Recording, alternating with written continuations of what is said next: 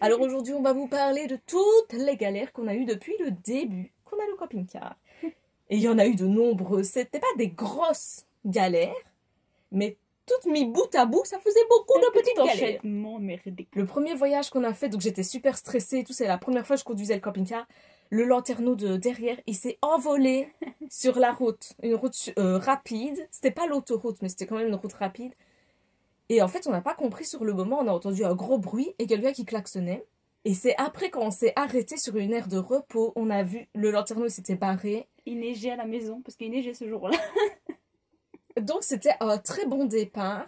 Et je me rappelle, ce jour-là, on s'est dit, la van life, c'est pas pour nous. Ça Le commence mal.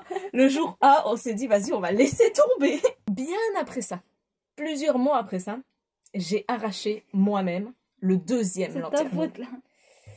Parce qu'en fait, l'avant du camping-car est plus haut que l'arrière. Je me garais sous un arbre et j'ai senti une résistance. Et intelligente comme je suis, j'ai continué de reculer. Et donc, le deuxième lanterneau s'est arraché avec des branches. On est monté en haut, il y avait plein de branches partout. On vous promet que dans tout ce qu'on va dire, il n'y a rien qui est inventé. C'est tous des trucs qui nous sont vraiment arrivés. Lors de notre premier voyage aussi, il y a la caméra de recul qui a lâché. Alors, elle était d'origine. Elle était de 2000. Donc, c'est normal.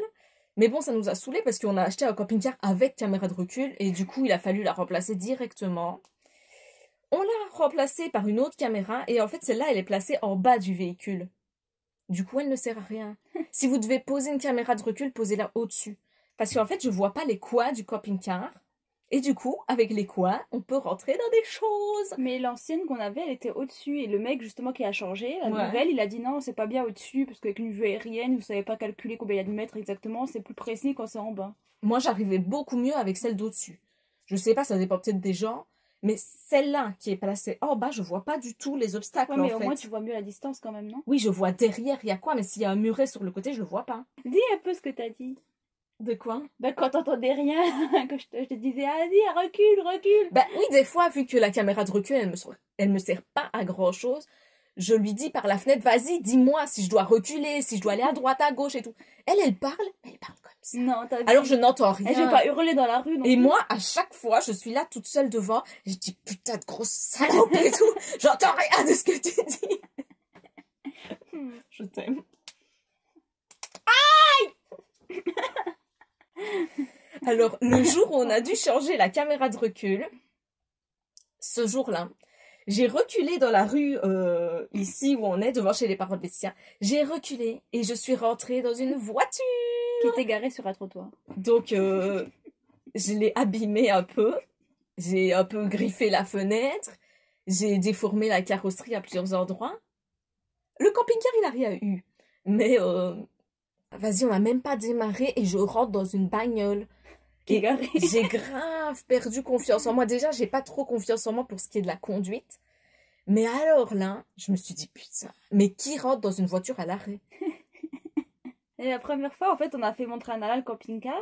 C'était juste avant de partir, on n'était pas encore parti et du coup on l'a ramené dans le camping-car. Mais déjà, super mauvaise idée parce qu'il neigeait, il faisait froid. En fait, il y avait plein de bruit ouais, sur la carrosserie. Donc elle avait super peur de genre du bruit et elle est arrivée. C'est pas qu'elle pète. C'est pas un prout de chat. C'est genre une odeur. C'est genre. Elle fait un jet. Attendez. Si vous êtes sensible et que vous avez pas envie d'entendre ça, faites passer la vidéo. Il y a un liquide qui est sorti de son cul, un liquide horrible qui a senti dans le camping-car pendant au moins 3-4 jours. Tellement elle stressait, elle a émis un truc avec son cul là. Passons. Ça va, elle le fait plus maintenant, elle s'est détendue. Je sais pas s'il faut mettre ça dans la vidéo. C'est marrant. C'est dégueulasse. Oui, c'est vrai. En parlant d'odeur. Quoi? Bah, il y a plusieurs fois où il y avait des odeurs horribles dans le camping-car, mais horribles. En fait, vu que nous, on n'avait jamais utilisé de camping-car avant et tout, on se demandait grave c'était quoi hein, et tout. Et au bout d'un moment, on s'est dit, putain, ça fait genre 2 semaines qu'on n'a pas vidé l'eau sale. Ça sentait le vomi. En fait, on avait complètement oublié de vider ce truc.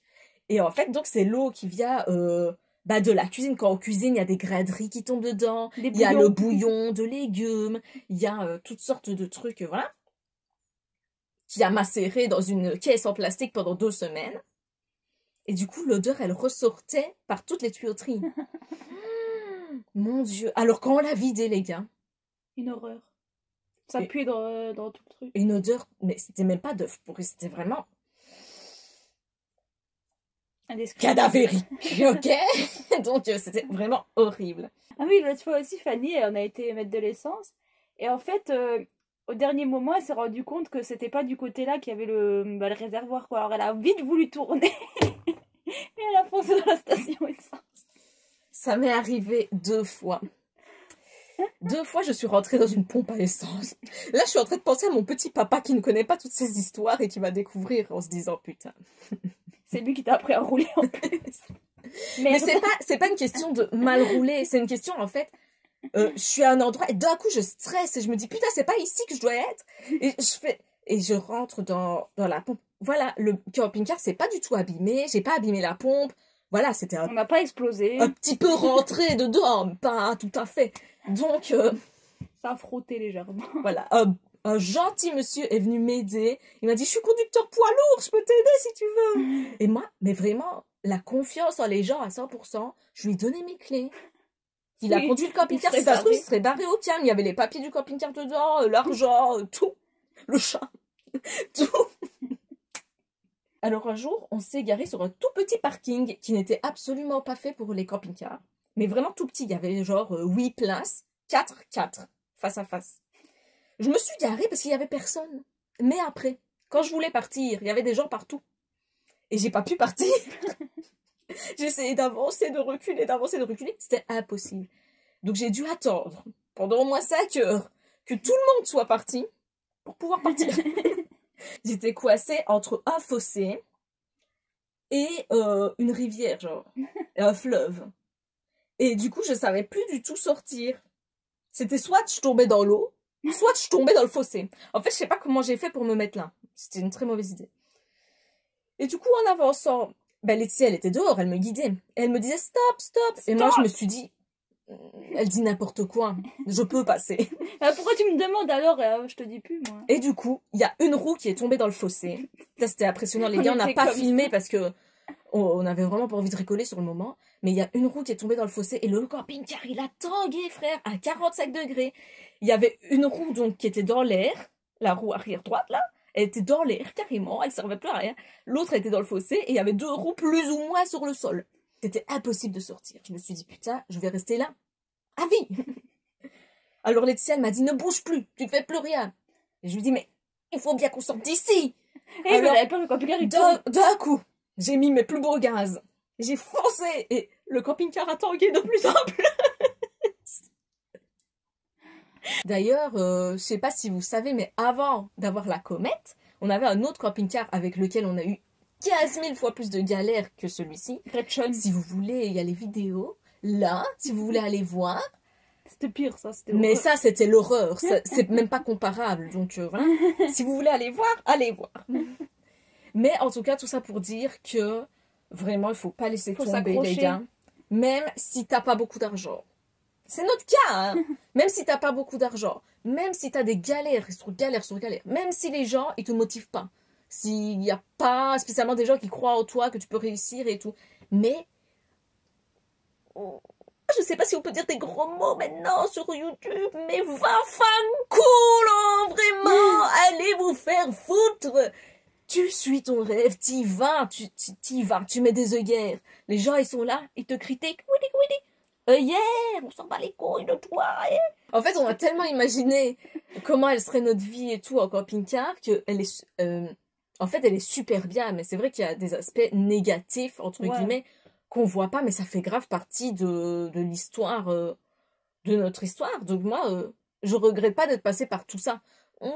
L'argent qu'on a payé pour les batteries et tout, ça, je regrette un peu. Surtout qu'on n'a pas raconté Mais- ça, qu'on en a changé une fois et que finalement ça servait à rien, on les a abîmés au bout d'un mois.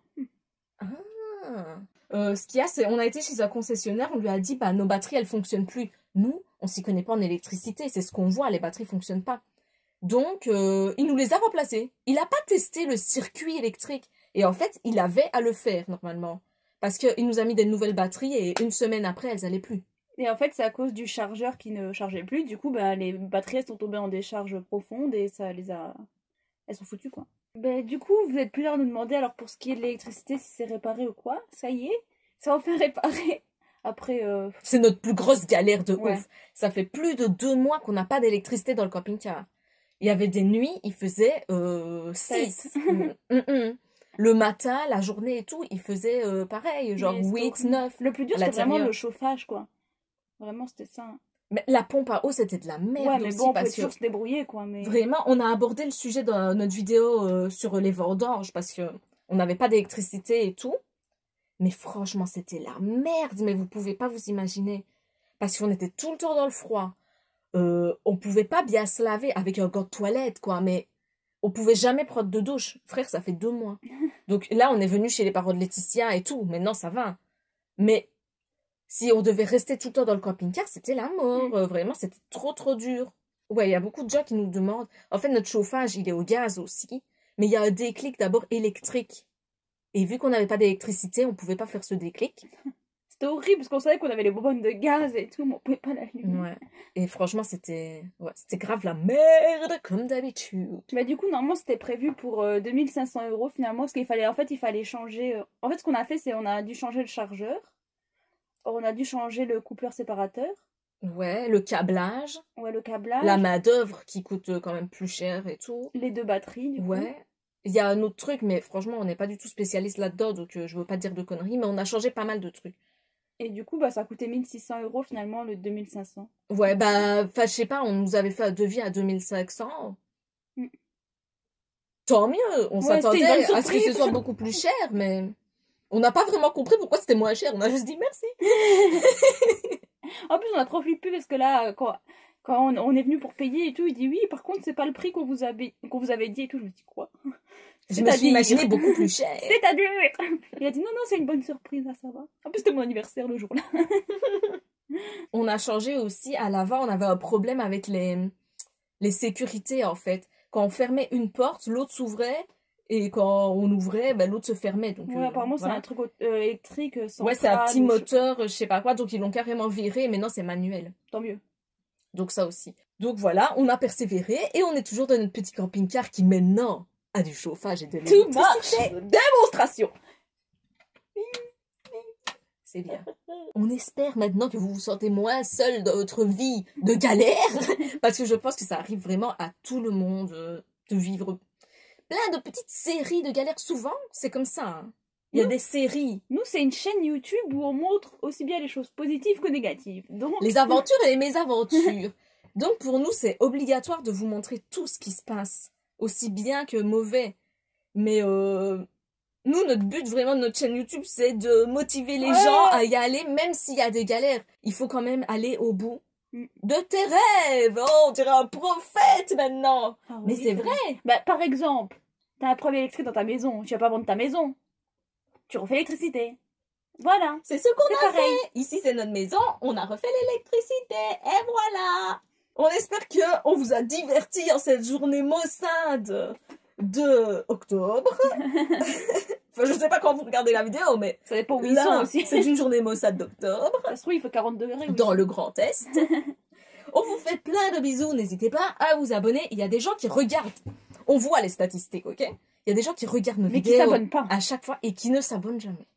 Alors, là, moi sur la poitrine de mon amour, tu peux t'abonner. Comment? Alors tu cliques sur ça là. Tu cliques. On vous fait plein de gros bisous comme d'habitude. On vous aime, on vous fait des bisous. Bisous, bisous, bisous. Du coup, la prochaine fois, on parlera comment on a calfeutré nos fenêtres pour l'hiver. Oui. Bisous les amigos. Bisous.